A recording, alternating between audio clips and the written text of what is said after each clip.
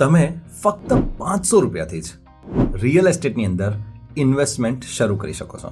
જ્યારે તમારી પાસે ઓછું બજેટ હોય ત્યારે રિયલ એસ્ટેટની અંદર રોકાણ કરવું ખૂબ જ મુશ્કેલ છે. પણ REIT એટલે કે રિયલ એસ્ટેટ ઇન્વેસ્ટમેન્ટ ટ્રસ્ટે આ કામને એકદમ સરળ બનાવી દીધું. બેઝિકલી REIT ની અંદર રિયલ એસ્ટેટના લિમિટેશન્સને દૂર કરી અને ઇક્વિટીના બેનિફિટ્સને એડ કરીને એક પરફેક્ટ કોમ્બિનેશન ક્રિએટ કરવામાં આવ્યું છે, જ્યાં તમે 500 રૂપિયા જેવી એકદમ સ્મોલેસ્ટ અમાઉન્ટથી રિયલ એસ્ટેટ ઇન્વેસ્ટમેન્ટ શરૂ કરી શકો છો અને ઇક્વિટીની જેમ તમે જ્યારે પણ ઈચ્છો ત્યારે તમારા ઇન્વેસ્ટમેન્ટમાંથી એક્ઝિટ પણ લઈ શકો છો.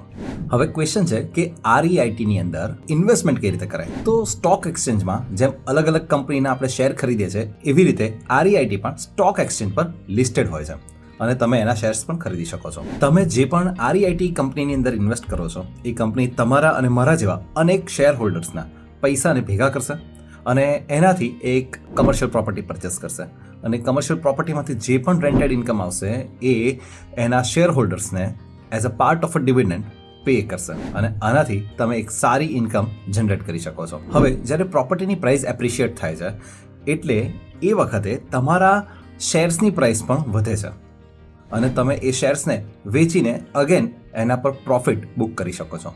તો મને કમેન્ટ કરીને જણાવો કે તમે કયા REIT સ્ટોક્સ પરચેસ કરવાના છો.